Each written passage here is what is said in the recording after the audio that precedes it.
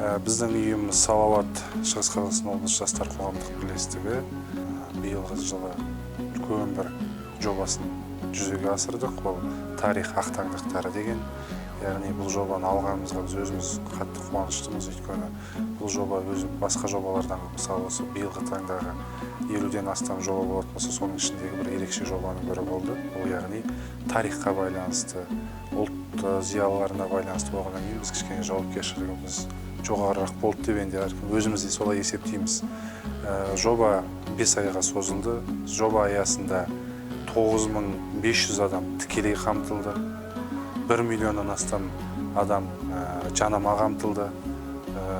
Жоба аясында 9-ға жуық жинақ шықты. Оның ішінде 4-еуі басылымнан шықты, яғни мүшәйра, жас ақындардың мүшәйрасы өтті Семей қаласында. Оның басылымы шықты, өлеңдер жинағы. Одан кейін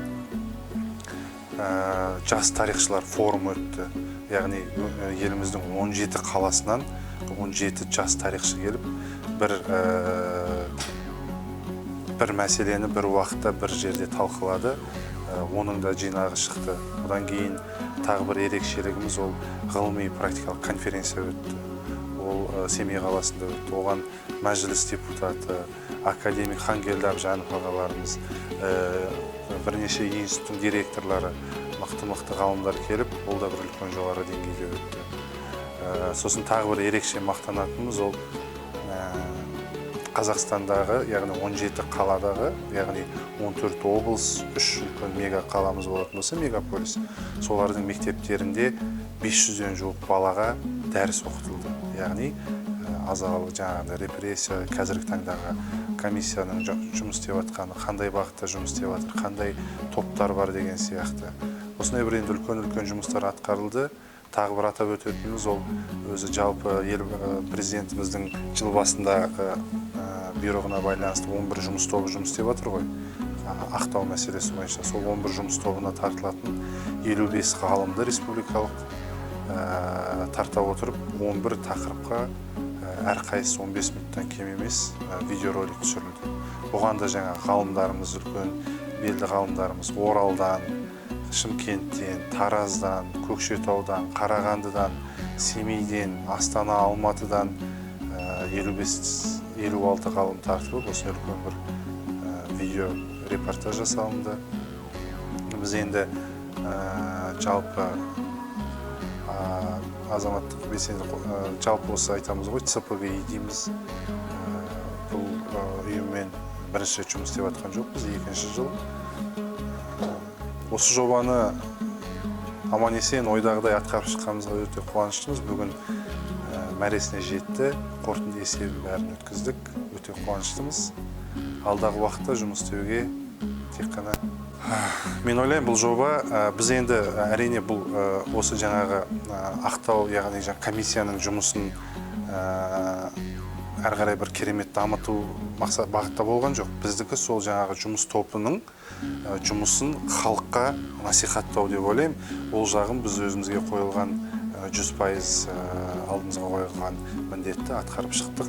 Қазіргі таңда мысалы 17 қаламыздағы бүкіл білім басқармасы, 17 қаладағы бүкіл ішкі саясат басқармасы осы жобаның іске асырылғанын біледі, өйткені түгелмен хат алмасты. Түгелі осы жоба аясындағы болып жатқан конференцияның, круглый столдың, жаңағы жас тарихшылар форум бүкілінің жинақтарының бәрі ішкі саясат басқармалары түгеліне жетті.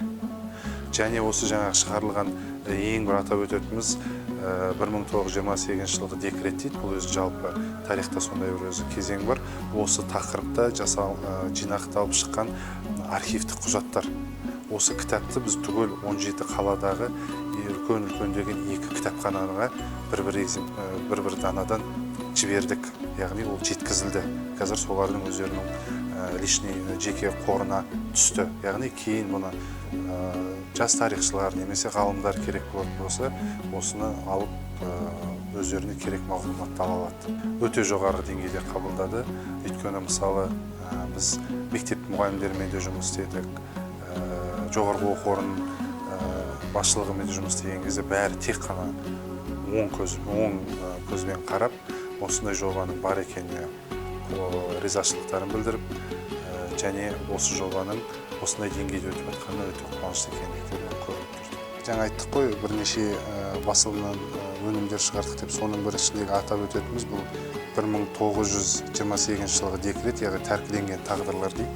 Бұның ішінде архивтік құжаттар, яғни Семей қаласындағы, сосын Алматы қаласындағы архивтік құжаттардың бәрі қаралып, сосын соның бәрі осы бір жинақ болып шықты.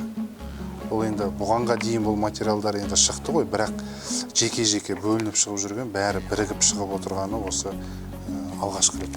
Оның ішінде, яғни жаңа 28 жылғы тәркілеу деген тақырыпқа байланысты бүкіл құжаттар, архивный материалдардың бәрі көрсетілген. Одан кейін екінші біздің Алаштың азалы тарихы дейді. Бұл яғни осы жоба аясында жаңа айтқан форум, конференция, сосын